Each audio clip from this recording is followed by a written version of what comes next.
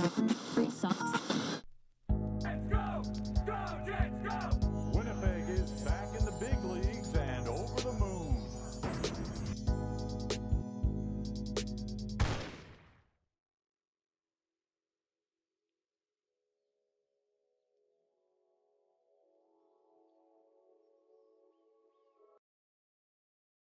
Jets 3-0 win on the back-to-back, on home ice, on Hockey Night in Canada against the Colorado Avalanche. And if you're around this show yesterday, you know the vibes weren't too thrilled with where that game went. And some of Arneal's takeaways versus our takeaways on that game were pretty different, let's put it that way. If Scott Arneal wants to call this a playoff game and this is what he wants to see, he has a believer in me. Oh, we're on mute here, Mikey. Oh, good now. Good now. Reading the chat as we're going. If Scott Arneal wants to call this the playoff look and this is what he wants to see from the Winnipeg Jets, he's got a believer in me. This was what I want to see from the Winnipeg Jets against the best of the best. I'm feeling a lot better about the Winnipeg Jets than I was yesterday seeing this performance. But I don't want to talk about this by myself. I know we're going to get to the audience here shortly, but let's bring in my boy, Mikey. How you doing, Mikey? I'm doing pretty good. That was way better tonight, man. This is the Winnipeg Jets team that we've been wanting to see them, the type of game we wanted to put them together for a long time now. So I'm great. That was a lot of fun to watch. We're gonna get into it with everybody here in the chat, and I'm real excited to see what everybody wants to talk about. Yeah, this was definitely that game that gives you some optimism as far as taking another step. We saw, hey, what was the one thing we've been calling for? If they weren't going to split up, hold on a second. Huge ass vibes reminds me. Before we get talking about the game. So excited we almost missed it. We almost missed it. There's a tradition on the landing strip on W Nights.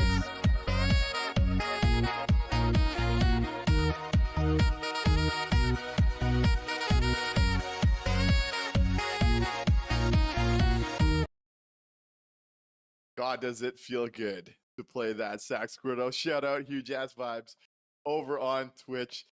Great call there. I'm just excited about this one. I saw a lot of things that make me feel good about the Winnipeg Jets. And it's probably been a little while since maybe I felt like that.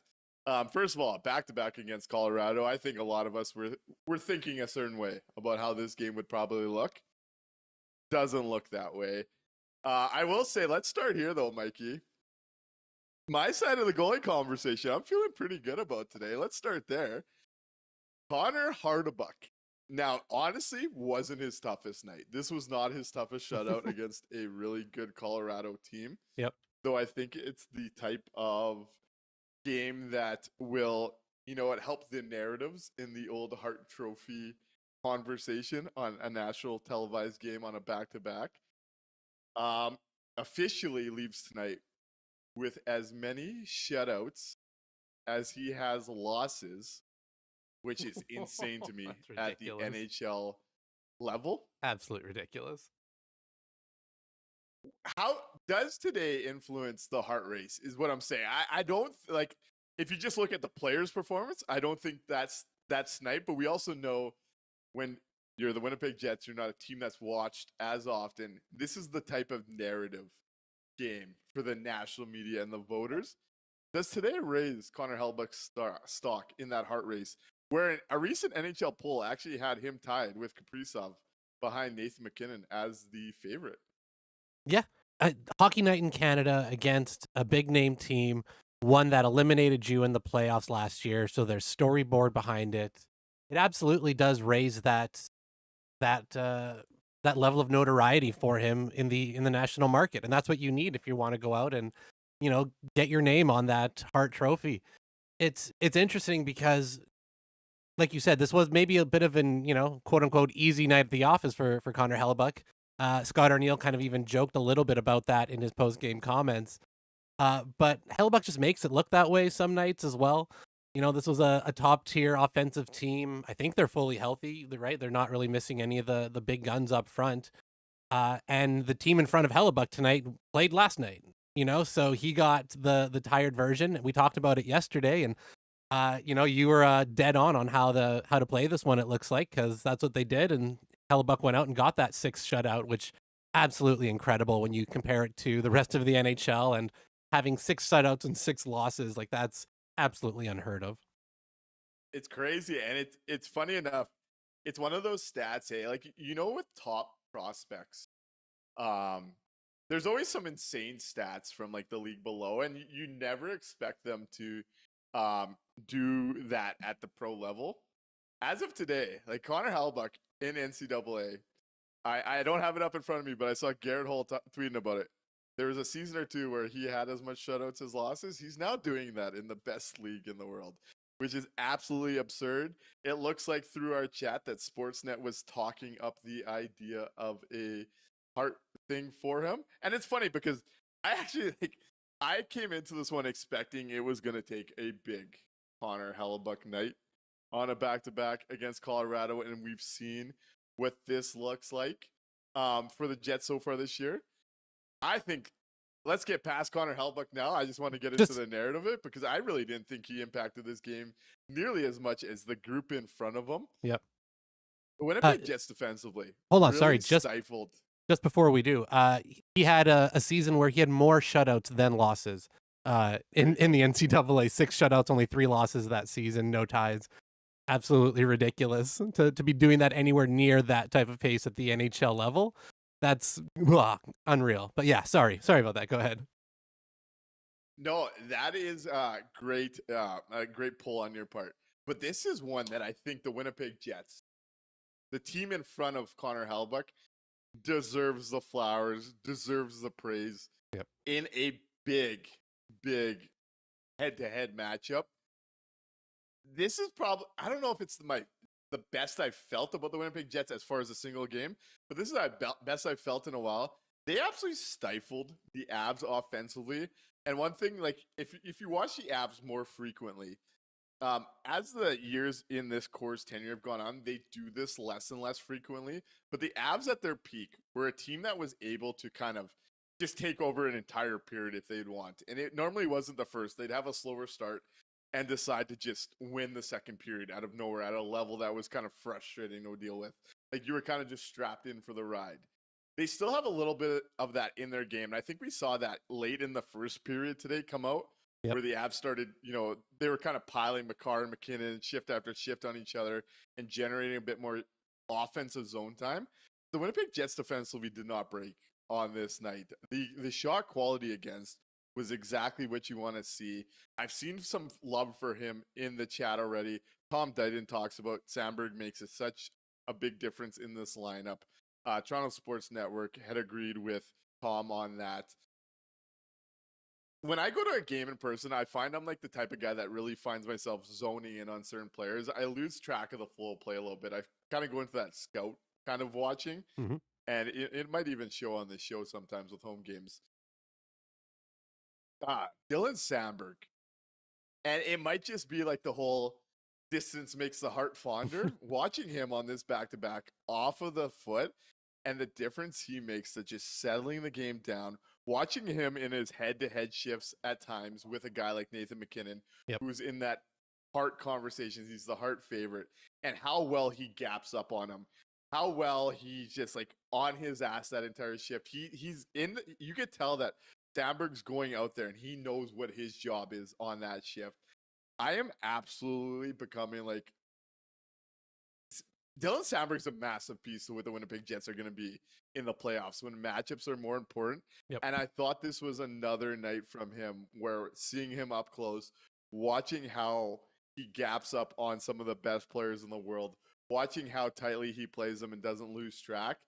He's going to be a big piece of this. If this team wants to go on a run, man, Dylan Samberg and what his matchup role is going to become playoffs is going to be massive. He's become, we're seeing like top 4 most important players on the Jets in the chat right now, and it's hard to disagree. Yeah.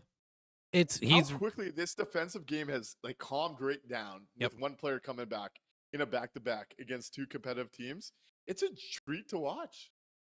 Who would have guessed that on the second half of the back-to-back, when he's just coming off of a broken foot, he would lead the team in time on ice in all situations. And he's instantly your number one defenseman in terms of time on ice instantly, right as soon as he's back. He saw so much of that Mac line tonight. Every time they were out there, he was essentially out there. Arniel mentioned that there was a couple times that they would have to use all four guys just to give them a little bit of a breath, but for the most part, it was Dylan Samberg out there every time that top line for Colorado was on the ice. And he looked good. There didn't look like he had missed, 2+ months or whatever it was. They're going to need him come playoff time. We've seen it right here and now how important he's going to be to the defensive side of their game. And, when things get real muddy in the playoffs and things get deep, I wouldn't be surprised to see Samberg out there with Morrissey at certain situations, closing out games and things, because he's got that level now of trust from the coach. I truly, truly believe that the Winnipeg Jets have two top pairing left-handed defensemen on their team at this point. Just watching Samberg closely tonight was just, I don't know, I'm in awe of how he handled, like, Nathan MacKinnon is one of the best players in the world, and Nathan MacKinnon still got his opportunities. But when Samberg would press up on him, it was just, the game got so much harder for a guy like Nathan MacKinnon. And I agree, there might be a time, and it is something I am interested in seeing, is what Samberg and Morrissey shifts look like down the crunch trying to close out a game. The Winnipeg Jets have two really, really high-end defensemen who have really, really elite skills at different areas of the ice. That's going to give them some opportunities. Like, yeah, that was my big takeaway again. I went to both games this weekend, and both games, like, I come away with Samberg being my standout player, being there in-house. Yeah, he completely changes the look of that defense, and everybody calms right down. You just feel okay with whichever of the top four is out there, and you can kind of just go to work. And it really gives you that peace of mind that if they can go out and find somebody to help fill out that top four, we'll be laughing come playoff time. Hey, Mikey, what's something we've been just desperately calling for on this show? Almost daily, almost weekly at this point. What's that? See Cole Perfetti and Nik Ehlers split up. And finally. I gotta say, the early returns I appreciated. Yeah. For both guys. Nik Ehlers played with Lowry and Iafallo today, and I gotta say this, and we're seeing it in the chat. So I haven't seen Arniel post game, so I'm gonna rely on the chat a little bit here. Sil had said Arnie loves Ehlers and Lowry together. Fat Tony says Arniel said he liked Ehlers with Lowry and his two-way game and how he embraced the MAC challenge. If the goal is to keep the top line together, and like I said, I've been more open to that than years past, if you're willing to do something different in the middle six with the Winnipeg Jets. The framework I saw today, I really like Nino with Perfetti. The size, the ability to get to the net. We saw an absolutely ridiculous one-handed forehand pass from Nino, who adjusts his hand positioning and stick in tight to get it over to Perfetti. That's something I want to see more of. Mikey, can you turn that off until we get there? That's something I want to see more of. Like, I've been intrigued by the idea of Nino with either of Perfetti or Ehlers because of that size, the ability to get to the net, and I'd like to see more of it. Yeah. If Arniel is actually interested in more of Ehlers and Lowry, I become more of a believer in the Jets framework where you have Connor, Scheifele, Velarde, Ehlers, Lowry, and then instead of packaging up, and I think you're still going to need a 3C behind this. Yes. You're still going to need a C in here somewhere. Yep. Kupari's not the answer for a Vlad Nemestikov who's missing. Vlad Nemestikov's not the answer. So I think you're still going to need a center of sorts, but it might not be that you have to package all your big assets for the big C. You might be able to go get yourself a 3C and a scoring or a bigger size 2 right winger and manipulate this top 9 where maybe asset cost, you're bringing in 2 players that can fit 2 niche spots rather than that big swing at center. Yep. And maybe you're looking at D for the big swing. the early returns today give me more optimism than what we've been seeing from years past. We talked about last night how the LA Kings and Scott O'Neill himself presented that as a playoff game. And if that was a playoff game to me, I did not like what I saw from the top of the Jets lineup. It would concern me. I would look at this as a potential playoff game. And I really liked what I saw from both the Jets' top two lines tonight. I thought that first line was all over this night. Obviously, they cap off a great goal from Morrissey to Connor to Velarde. Velarde, another miracle pass to Scheifele for the empty net, who Mark Scheifele is now second in the league in goals, by the way. It starts getting me a lot more optimistic on the whole of the Winnipeg Jets. If you commit, like, let's just see what this looks like. Let it marinate for a bit. There was a lot to take away from this. So I've got both good news and bad news for you. The good news is that Arneal did seem to have a little bit of space to entertain the idea of that change going forward. The bad news is that it was predicated solely on the McKinnon line. So what he said in the post game was that the Lowry and Ehlers pairing came from wanting to match up against McKinnon and Rantanen with speed. He knows that Lowry and Ehlers communicate well, and that Ehlers will play well without the puck with Lowry on that line. It also got Ehlers more ice time in important situations in the defensive zone, which normally he doesn't get. Now, he did say it got him thinking, and he really liked what he saw, and you never know how it's going to go, but you don't want to disrupt all of your lines, but sometimes you have to when you lose your second line center. But the change tonight had a lot to do with the McKinnon line. I wanted something to match up against those three guys. So, you know. I swear, personally, I'm an overthinker at times. I think Scott O'Neill's a bigger overthinker. Thinking about what you just presented us with. Yep. So you came into the game against one of the best players in the world, one of the MVP favorites, and your mind told you to say, let's try Lowry and Ehlers, and it worked. Maybe your mind was onto something that might work moving forward. Come on, Scotty, like, get out of your head here. Like, today was a positive. If that was a playoff type look, and the one thing I took away from this as well, as far as the Colorado Avalanche, I see choices. TK says temper expectations. They did this in the regular season last year against Colorado, then got smoked. And I do think that's a fair point. I'm not sure if I would take the Winnipeg Jets today heads up against the Colorado Avalanche, even leaving that game in a 7-game series. It's just that little switch, and you see it for a one game. And we've been discussing the idea of just seeing something new from this lineup.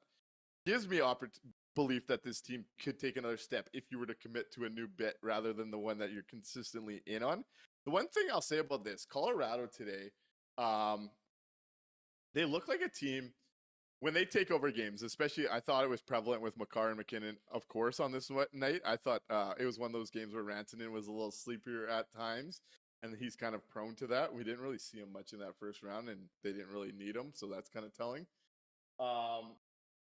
I thought the Winnipeg Jets did a really good job of exposing their issues in the game. I found the Avs, like, clearly a team that likes to play with pace, clearly a team that likes to open it up. I thought the Jets did a really good job of breaking up plays and exposing the numbers the other way before creating opportunities. And it is one thing, like, the Avs have had a tougher first half. I do think that's still one of the teams that you should be very, very worried about in a first round. But I did see some holes in their game. Like, when we're talking about, like, obviously I'm overly critical sometimes on some of the Jets holes. There was stuff in Colorado's game that I would be worried about for them as we near the playoffs and what playoff hockey looks like. What did you see from Colorado that gave you a bit of pause? I felt like that they were like, how do I want to say this? As far as they clearly like to push the puck up ice and get everyone skating. Almost too much. Like, they would send the extra number before establishing possession in zone time, and the Jets would get a turnover and go the other way, and there were some numbers. Or the Jets would kind of read what they were looking at and able to jump on. I don't know, man. I thought this was a really great showing from the Jets, both defensively against the Avs and producing more offense, which we haven't seen much. Right on, yeah. We've got our first call if you're ready. Let's go to the phone lines. Hi, caller. Thanks for holding. You're on the landing strip now. What's your name? What would you like to talk about? Hey, Mikey and Nik. It's Brendan. Just wanted to say that I really liked what I saw from Lowry and Nikki tonight. I think Adam makes really good small area plays. Like that 5-foot pass is really what he's been good at. And I kind of liked what I saw from Nino and Cole Perfetti, that little dish right in front of the net. Like they've played a lot of time on the power play together, and from what I've seen with Vladdy as well, when he gets in those weird changes with Nina Ryder as well, there's a bit of chemistry there. I mean, like switching those guys up may actually help generate a little bit more at 5-on-5. I don't know why, but adding some weight to being around Cole Perfetti and adding a little bit more speed and dynamic play around Adam Lowry may unlock the best of both of them. Hey, Brendan, appreciate the call, and you're seeing exactly what I'm seeing. I've been itching to see Ehlers and Perfetti away, and I think Nino really is a key piece to all this. And as much as Lowry and Nino have become like a driving duo for what's been described as the best third pair, I do think there's basically two ways I see this. If you want to keep the Winnipeg Jets top line together, who has produced offensively this year, I think you need to split Lowry and Nino up to get the most out of the top 9 in this team. And I think today was a great first step to what that potentially could look like. I'm fully seeing what you saw tonight. Yeah, and also, I mean, like the excellent play of Dylan Samberg. He looks like he hasn't missed like a single game, even though it was like whatever it was 6 weeks he had with that broken foot. But he's tipping pucks in the defensive zone and still making good outlet passes. His stop ups in the D zone and making like he's still like his stretch and his short game with his passes right now looks on point. And I mean, still willing to get in that shot lane, doing all the little things as well. As he's looking exactly like the guy that you needed when everybody was complaining about Logan Stanley's game and Billy Hanel. As you needed what Dylan Samberg brought back in and looks exactly the part. Oh, Dylan Samberg for me is becoming like the total package. I'm kind of wondering, because obviously he was dealing with that foot and he was likely skating a little longer. I'm kind of wondering if he was putting in a lot of skills time with that puck handling and with that passing, because obviously it's been an area where I think it's been improving as his NHL career's gone on, but I think it's been the one area that's lagged the rest of his game.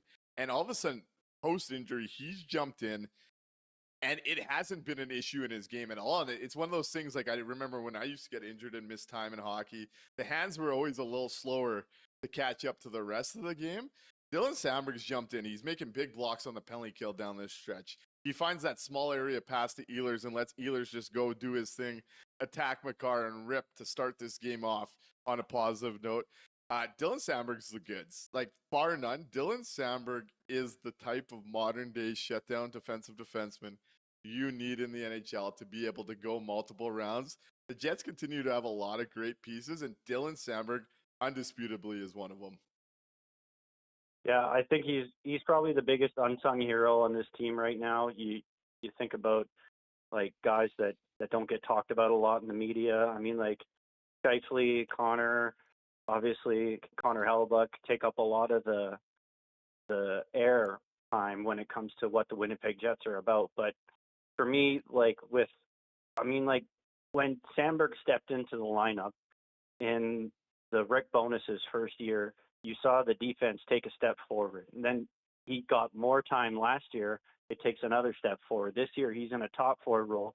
It hasn't taken a step back in my mind, at least, with the loss of Brendan Dillon. So he to me is the biggest reason for our improved 5-on-5 defensive play since, becoming a full-time NHL Jet. And I can't see a reason not to lock this guy up long term. I don't know when his entry level deal or if he's on a bridge deal right now, but whenever it happens, like you can give this guy 8 years and whatever he's asking for, if it's 5, 6, like I don't have any worry about him getting any slower. He's still he's still a big body. He skates well enough to get up and down the ice, and his pinches right now to me are the biggest area where I'm seeing improvement as well. He's coming down the wall at the right times. He's making the good reads when to pull back and break up the rush. He's I don't know. It just looks like he's becoming more and more of that complete defenseman as well. Hey, Brendan, I want to thank you for the call and thanks for giving us your time today. I can't say I disagree with absolutely anything you've had to say on this one. Dylan Samberg and his development and what he's meant to this decor, I don't think can be disputed by anybody. All of a sudden, he's been back for 2 games. All of a sudden, we feel like we're in a comfortable defensive Winnipeg Jets system again. It's phenomenal to see.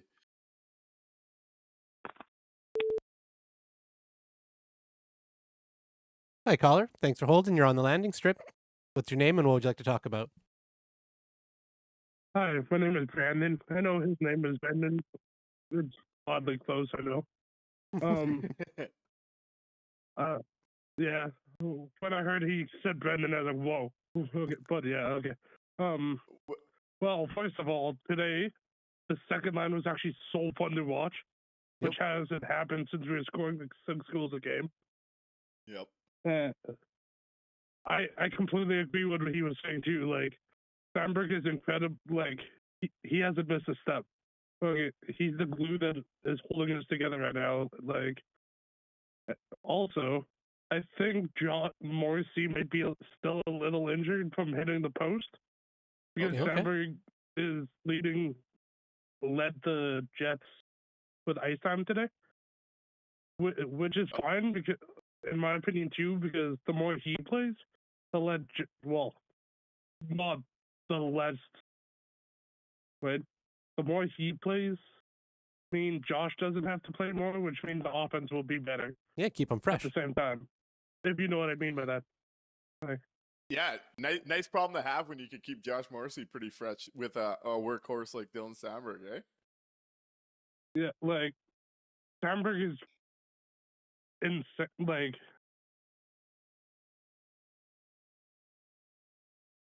nope, that's all right. I think we lost that caller, but yeah, I think it's been a great night for Dylan Samberg. He's getting the love and the flowers that he definitely deserves.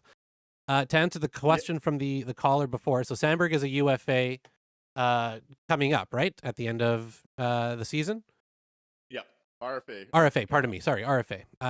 What do you think it's going to take to extend him? We were also asked by Sil in the Twitch chat, how much do you think the org is kicking themselves for not signing him long term? I was actually having this conversation yesterday at the rink because someone had said that same thing, and I remember I was going back and forth. He's he's an RFA. RFA. I misspoke. Sorry. I remember I was kind of going back and forth on it because I'm always a believer. If you believe in the player, you should try and get term because you're likely going to keep the AAV down. But the thing with Dylan Samberg is he's a modern day prototypical shutdown defenseman. And what do we know? And we've been kind of talking about with the Peon conversation. What drives big AAV is points and ice time. Yep. I think Dylan Samberg is a more valuable weapon at $1.5 million this year in a chance that you're trying to win the cup. And I don't think his next contract will be more than like $4.5, $5 million with term that you're probably not worried about not doing it earlier. Awesome. That's good to know that we'll still be able to catch him long term, keep him in a Jets uniform for a long time, and not break the bank. We'll be laughing all the way to hopefully a long playoff run. You ready for the next caller? Oh, sorry. I want to address one thing and we'll jump into the call because Sil, I see over on Twitch is saying it, said, do you remember Dylan was a pending UFA? You weren't sure if Samberg was going to able to handle taking the jump into the top 4. What's your thoughts now? Any third pairing defenseman taking a jump, I'm just naturally going to be cautious about because we've seen so many people excel in a third role. And then once you get in the top 4, it's fine. Or it's tougher. I'll tell you this. My thoughts are Dylan Samberg's an absolute stud. He's the 4th or 5th most valuable Winnipeg Jet by none. Bar none. Oh, yeah. Completely agree. All right. We've got our next caller. Hey, caller. Thanks for holding. You're on the landing strip. What's your name and what would you like to talk about? Hey, fellas, it was just Raul phoning.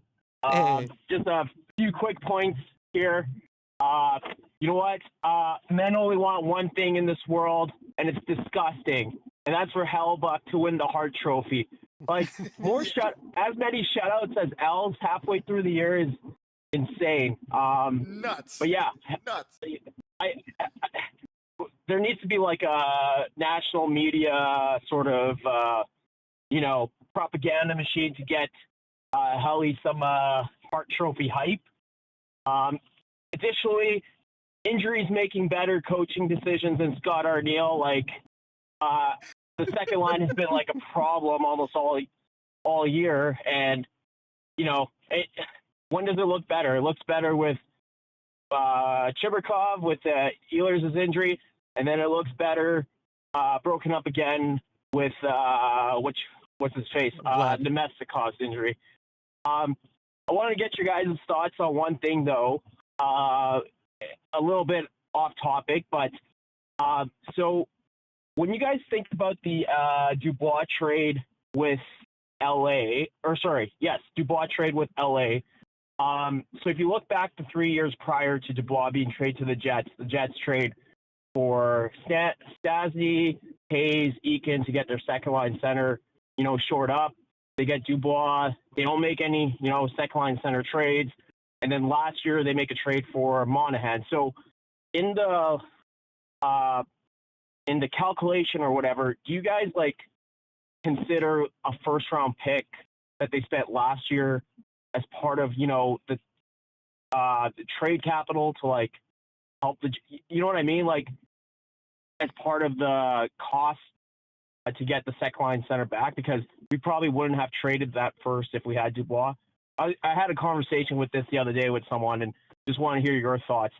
Essentially, we had Dubois, we didn't trade the first, right, last year. So just wondering if you guys consider that in the calculation for the trade return for Dubois. And other than that, boys, I love this show. I love talking hockey, and it's really cool for you guys to have this platform. So yeah, so have a great night. Otherwise, bye. Hey, Rahul, we love to hear from you. I love to chat with you in the DMs. I love to have you call in. And I got to say, you know how we make the mainstream media propaganda machine is we take it upon ourselves. I tweeted after that Hellebuyck thread I know you had seen, Jeff Merrick and Elliot Friedman, that we were going to start coming for their mentions, and Merrick gave it a like. It is time to start feeding the publicly available Hart Trophy nominees consistent public data and achievements, and make the case for Connor Hellebuyck so that they are annoyed every single time they log on, and they cannot help but see this in front of them. It is time for us to do our part and be the propaganda machine. And I know you've been compiling the data, so I'm going to call on you to help us in that mission of getting the voters to vote Connor Hellebuyck for the Hart. On the other topic of the PLD trade, super interesting question, to be honest, because I know a lot of our chatters and a lot of people have reached out to me when we talk about the idea of trading a first round pick at this coming deadline. A lot of the conversation comes to be about term. And it kind of plays into the idea because, right, when you had PLD, you had multiple years of that 2C. And all of a sudden, you didn't have to worry about spending a first round pick to go address that for a hired gun. And I do think those type of things do add up over time with an organization. So you kind of saw it. You mentioned the Stastny cost a first, and then Hayes cost a first, and then Eakin was a little bit less, though Eakin should have never masquerade as a 2C. That was kind of a fucking joke. So those kind of things do add up over time, and those assets do carry value. I do, and that's why I think I'd like to see, as much as I want the Winnipeg Jets to buy this year, I think it would be really smart if they were to use that asset or a top prospect, if that player coming back does have an extra year or two, whether on D or forward, because that is a very good point. I think I don't know if you could compare the PLD trade to the idea of consistently having to move first and what that means, because we do know Pierre-Luc Dubois was going to walk out of Winnipeg no matter what, whether we let him play here for another year after an Arbor Award or whatnot. So it's hard to just look at that situation and say, well, if that guy would have stayed, we weren't giving up these first down the road, because that was never really an option. And I do believe the Winnipeg Jets won that trade. And in that moment, that is what's important. But I do think it is very important because of what's being said there, that they do find a more medium type long term solution at some point, because those assets do add up when you're doing it year over year and not getting over that hump. So I do see that concern there too. The interesting thing is they probably have a short-term solution in Adam Lowry if they're willing to upgrade the supplemental pieces around him and the third line, and be willing to experiment a bit, right? So it's interesting that they, with a little bit of forced experimentation, they may have something that could work. And then, yeah, like we've talked about before, scoring wingers at the deadline are a dime a dozen. You can find that an impact winger a hell of a lot easier than an impact center. And at that point, it's, yeah, but as long as they're bringing in the extra help, right? We can't just look at it and go, Lowry's our addition and, move on kind of thing. We still have to make sure we're giving them as much help as we can so that they can, hang that banner.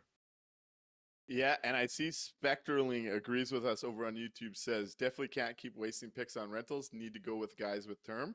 And we know the window's over the next couple of years. Yep. I'm going to ask you this question. In Ehlers We Trust says, we haven't got into this line yet. What'd you think of the play of the Kapari line? Oh, I thought it was actually fine. I kind of liked what they were able to put together. Kapari is limited in terms of what he can do offensively, but he's got speed and he knows how to use it at the NHL level, which is nice to see. I thought they were all right. How did you view them from the arena? Again, I really like the idea of Perfetti and Nino. Obviously, the one play stands out, but when I look at their games, like I feel like Nino. You look at Nino.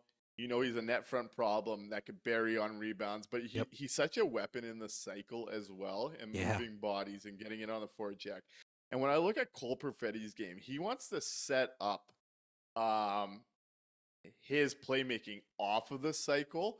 So I like the idea of like Nino Niederreiter creating space for Cole Perfetti and getting to the net. Yep. I look at that line, and I'm not a big Rasmus Kupari guy. I'm not nearly as big as some in the chat. Rasmus Kupari is like one of the more interesting hockey players to me, where I was talking to my buddy today who's I brought to the game, and he's still kind of learning hockey right now. And he had noticed Kupari go off for one of those big skates that he's capable of doing, right, without speed. And he's like, what do you think of him? Kupari is like the type of guy, if you took the best highlights of him in a game and made like an Instagram reel, you'd convince thousands of people this is one of the best players in the NHL by a mile. It's just there's no brain connecting all these skill sets you see.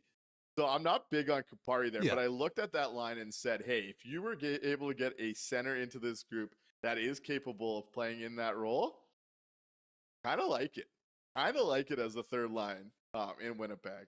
Yeah, if you're able to roll out a line of Nino Niederreiter and Cole Perfetti and some type of NHL caliber forward at center, all of a sudden your third line is a matchup nightmare for most of the other teams in the league. They'll be able to skate circles around a lot of teams, third lines, and you've got Nino who can make the space, Perfetti who can see the play build. Like it works really well, strangely enough. Although, to be fair, Niederreiter works well with any line that he's played on. That guy is a fucking chameleon. You need him to be whatever, and he'll figure out a way to do it. It's real impressive. It's a matchup nightmare if they can find a center. Over on YouTube, Turd Ferguson he's got a question for you specifically, Nick. He wants to know, is this you arguing for Jonathan Taves as the big center ad? Hey man, if he was capable of playing at the level, sure, why not? I don't know what to think of him. Like, no one's seen him on the ice, but sure, why not? If he could play with Nino and Perfetti. Although I think the last reporting I saw on Taves was now he's not even sure if he wants to come back mid-season or wait till the summer. So who knows how his health is. Fair. You ready for another call? Let's take another call. Hi, caller. You're on the landing strip. What's your name and what would you like to talk about? My name's Brett. I've just been thinking of a few thoughts here. I like the show. I'm enjoying it. This is a shout out from Flin Flon. Right on. Hey, let's go up in Flin Flon. Shout out Thanks Flin for the Flon. compliment. Nice to see you call in. How you doing, Brett? Good, man. So I was listening to 32 Thoughts today, or not today, but yesterday. And the big argument Elliot said was that the bid for Hart for Bucky was games played because goalies play less than usually 60 games in a season. Mm-hmm. And then he talked about the bid for Central and how, it's critical to get first. Then I kind of got thinking, and I was saying to myself, the playoffs are hard anyway. Why not just have the first matchup be the hard one and not worry so much about burning yourself out, and rest Helly? That's not the worst idea. So I've been, yes. So Brett, you see this the same way I like do. that. And that I think, and I was listening to the same podcast yesterday, and if I'm not mistaken, Elliot had quoted Francois Hilaire, which is one of the bigger goaltending coaches, that pretty much said if you play over 60 games as a number one goalie these days, you will never win a cup. So I tend to believe like the rest, especially when Connor Hellebuyck is our most important player, I tend to believe like making sure he's prepared for the playoffs carries more weight than that first place, personally. Yeah. I also have a theory on Dylan DeMello and his season. Yep. And when was Hellebuyck had a rough season a few years ago? Do you remember that? I think it was 21-22. It wasn't his best year, numbers wise and test wise. And that was the year he had a kid. And I think DeMello was just tired. And this is his second kid too, yeah. Yep. So that's all I have for today. I appreciate taking the call. Hey, thanks for calling in, Brett from Flin Flon. I appreciate hearing from you. I'm glad he went to DeMello, actually, because DeMello is a guy we've talked a lot this year about his struggles. I think it's been fairly obvious to virtually everyone. This hasn't been the same player that we've seen for years. Like Dylan DeMello has been an underappreciated defensive defenseman in Winnipeg as a perfect complement to Josh Morrissey, despite what's happened in the first half of the 2024-25 season. He was another guy today that might have turned the corner and had one of maybe his best game of the season. I really liked what I saw from Dylan DeMello. It was more of those step up, make the play, a lot more calmness to his game in this one. Yep.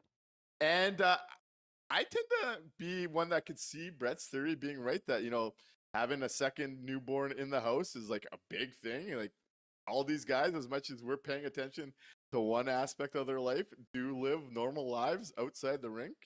And I'm hoping what I saw from Dylan DeMello tonight is maybe a sign of things to come moving into the future here for the Winnipeg Jets. Yeah, we've seen a couple times this year where he's had those games where like, hey, maybe this is gonna be the one. And yeah, tonight was another example of taking a step forward. So if he starts to string a few of these together, it's nothing but good news for the Jets. And yeah, right, having two little ones at home running around. On top of that, when you're out on the road, you're worried about your family back at home. You're thinking about it. Can't be easy, man. So yeah, they're, like you said, they're real people. They're human beings. And yeah, as long as he's, healthy and it's not like an injury thing that he's trying to play through or whatever, if it's just life, that's just the way it goes sometimes. And we know he's a good hockey player. We've seen it. We've seen him play really well with Josh Morrissey. And we just gotta kind of hope it comes together at a certain point here and sticks all the way through into the playoffs. Terry Ferguson points out DeMello has been better for a while. He's really coming on. And I would agree with that. We've talked about like how their numbers have been coming up. DeMello's kind of like, there's been less and less of the big brain farts, though there's still been some struggles with pacing at times. Yeah, it just seems like they're really coming onto their own as well. Robert Starr says here with a concern, only concerning thing is if it's 27, 13, 55, and 81 scoring, and the Jets get absolutely no secondary scoring at all. And I do think that is a fair thing to worry about, though Nino's a guy, I think, if you get him at the right time. Nino is one of those, he's going to score you 20 goals plus, but it's very streaky. Yep. So you're hoping you're entering the playoffs during a Nino Niederreiter streak. But I think this is, like what Robert's saying is why it's important to continue investing assets at the deadline into this forward group. Despite the gaudy goal numbers early on, some of that being carried by the power play, as we know this is kind of a mid-pack team at 5-on-5 in which they create. It's why continuing to add there is going to be important for the Winnipeg Jets, because Robert Starr notices this team still could use some more offense. So kind of maybe in that vein, question from Julian Labossiere on YouTube. why not swap out Kupari for Lambo on that line? Because you're not crazy about Rasmus Kupari. Would you be willing to try out one of the Moose kids on that line to see if there's some offensive spark? I remember when he got called up, we were doing this show, and what I kind of said on this show, because I remember some of the texts after, and like some people were like, "Yeah, I'm kind of intrigued," and some people were like, "Are you a fucking idiot?" Uh, one thing I'd said is like we might have to come to the idea that Cole Perfetti and Brad Lambert might be third liners on this team if they're competitive. Yep. And the guy I liked was Nino Niederreiter on that group. Yep. I'd be open minded to it. Why not? Right? Better than Rasmus Kupari. Rick's not in the chat today, so yeah, it would be better. That'd be fun to try. I think he would kind of fit with those wingers real nice. Yeah, no, I see in Ehlers we trust also likes the idea of giving Lambo another try with Nino and Fetz. It's a bit lesser of a pressure type of role with that third line. If you look at if the Jets are going to pair up Ehlers and Lowry, their top six is set. They're going to give the leverage minutes to those top six. It's going to allow for some lesser leverage minutes for that group. I'm open-minded to it. Absolutely. Absolutely. So, real question right at you.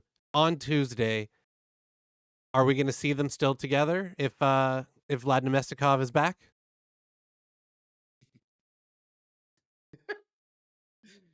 I think Scotty gets in his head and goes back to the the thing. Yeah, I do too. The fact he's intrigued is getting me excited, but yeah, let Vlad take a week or two off. Let's see what we have here. He needs some more time. Oh, make sure he's healthy for the playoffs, right? We're thinking for Vlad's health here. Let's make sure he's healthy for the playoffs. I don't know if Rick got a new YouTube account, but Dante Violet on YouTube says Rasmus is life, Mikey. I know it. You know it. Your mother knows it. She does. She's a big Rasmus Kupari fan. Dante's correct about that part. And Choices points out Nino is a great mentor on how to play the game for a young player. I mean, there's synchronicity there. Choices also says goaltending is like pitching. It is how many high pressure / stress minutes rather than number of games. And that's an interesting theory. What do you think of that, Mikey, you when making that comparison? Yeah, I haven't really quite thought of it in that aspect. Goaltending is a lot like pitching in a lot of aspects, right? You're the singular focus in a team game kind of setup. Pressure spread. Yeah, that's real interesting. It's not really viewed that way right now by the NHL brass and things like that, but I kind of like that as a way of looking at the games, as opposed to just how many times did you walk out onto the ice versus how many of those games were you actually engaged, involved, having to stand on your head and pull your team out of it versus just another night at the office. That's good. I like that. Yeah, no, that's a very, very interesting comparison there. Where did I had lost my train of thought here. In Ehlers We Trust says Nino is a trickster and could help relax Fetz, who is Mr. Serious.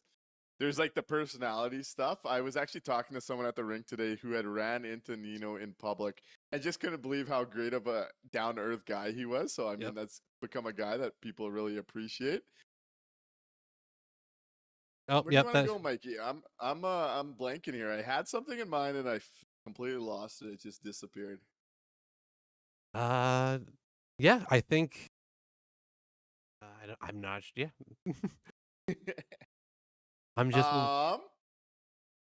What do we think?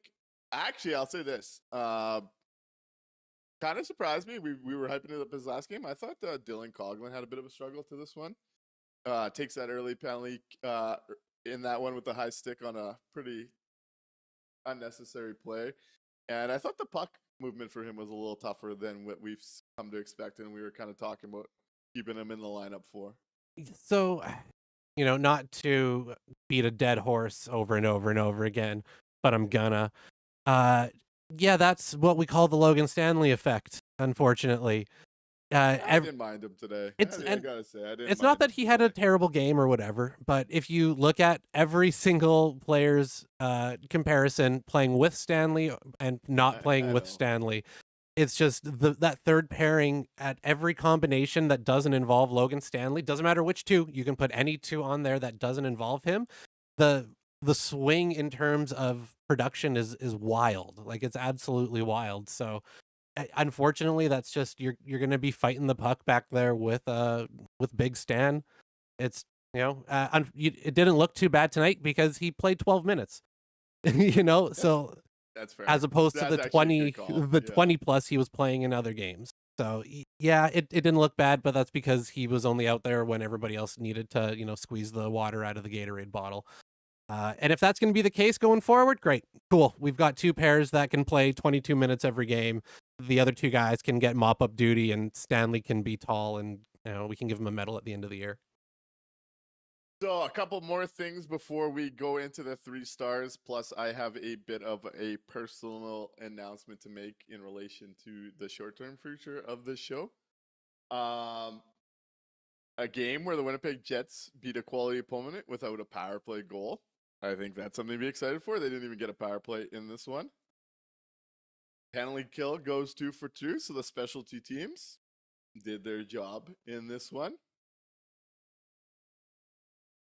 Yeah, I come out of this game, and this is if you're a regular with the show, when Nick's feeling it.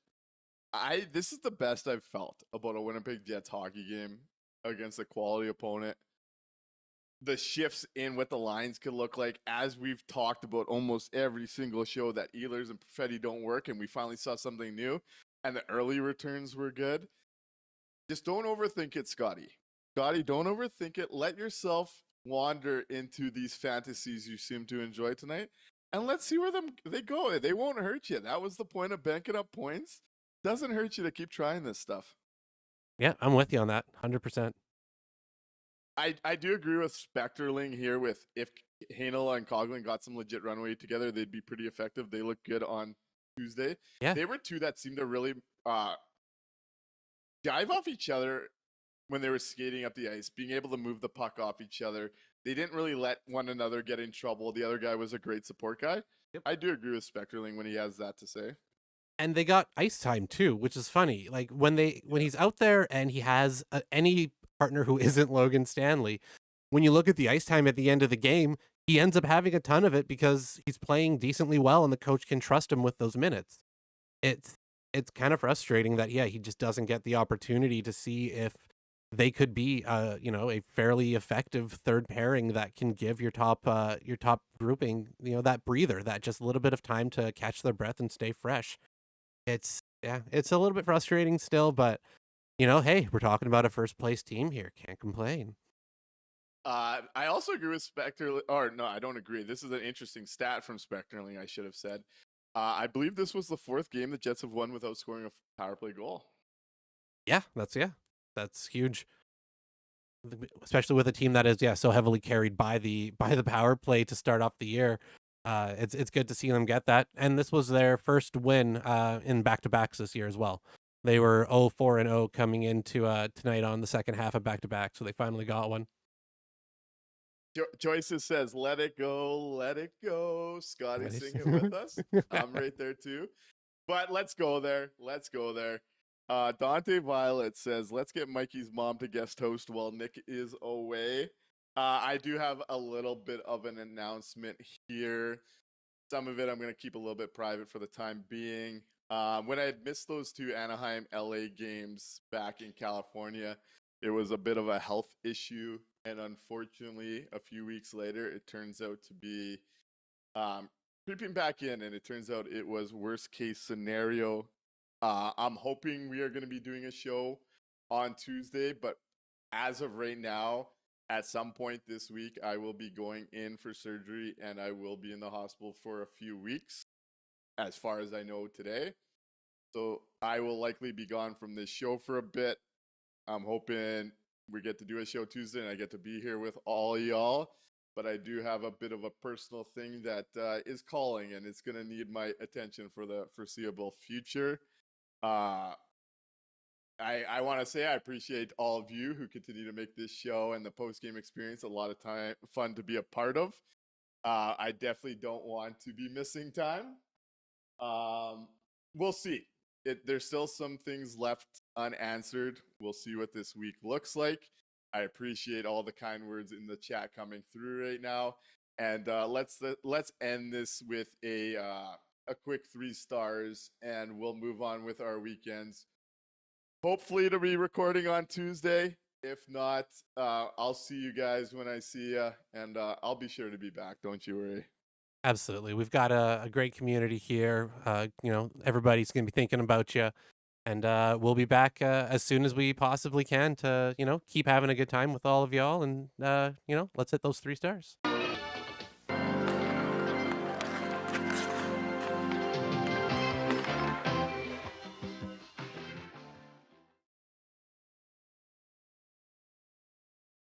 Who do you got tonight, Mikey? All right. Who are your 3 stars leaving this one for the Winnipeg Jets? All right. 3rd star. So have you seen that Inside Out movie? With they got all the different emotions inside the head, right? Seen that one? I haven't yet. No? You got to watch that. It was pretty good. Meaning to. So it's going to be inside of Scott Arneal's head when Curiosity was driving. Whatever color Curiosity is, I'm going to go like maybe bright green or something. Whenever Curiosity was driving, I want them to have the wheel. They were the 3rd star tonight putting that lineup together. Stay curious. Stay curious, Scott Arneal, please. Absolutely. Stick Ehlers with Lowry. Move Nino around. Do something with it, but just stay curious. It works so much better when you got a little bit of flexibility to the lineup. So Inside Out head Scott Arneal. Curiosity, 3rd star of the night. 2nd star, we've talked about him almost all night, right behind who's going to be number 1 star. But 2nd star, Adam Lowry. The ability to step into that second line center role and just gel with players that you may not normally think he would. It shows a lot of his character, his ability to study the game, and just his overall hockey, IQ. It's great. So Adam Lowry, 2nd star. This doesn't work without him there. And number 1 star, you know who it's going to be. It's Dylan Samberg. The guy was an absolute stud in his 2nd game back. He changes the decor entirely. He is, maybe just as important to that decor as Josh Morrissey if they're going to have long-term success in the playoffs. So Dylan Samberg, he gets number 1 for me. Good polls. And I like, honestly, Mikey, because the last time you went number 1 on a Hellebuyck shutout he didn't deserve. I like how you avoided Hellebuyck on a shutout night. That boy, getting creative with it.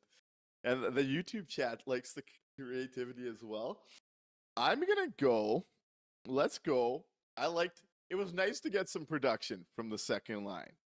So I'm gonna go Adam Lowry, number 3. You said more than enough when it comes to Adam Lowry in his game. I'll leave it at that. Mm-hmm.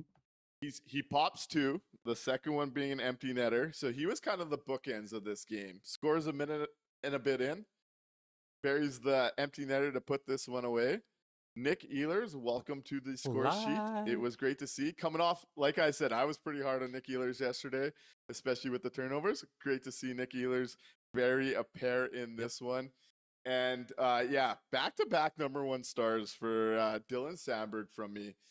It might be just like I said, absence makes the heart grow fonder, but watching Dylan Samberg since he's returned has been nothing short of a treat.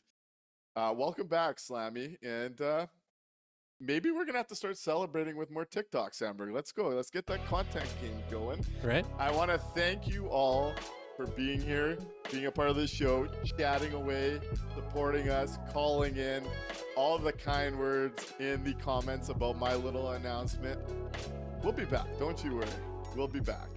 Right on. You know the drill, everybody. Tell 2 friends to tell 2 friends. Rate, review, and remember the landing strip for your Winnipeg Jets postgame.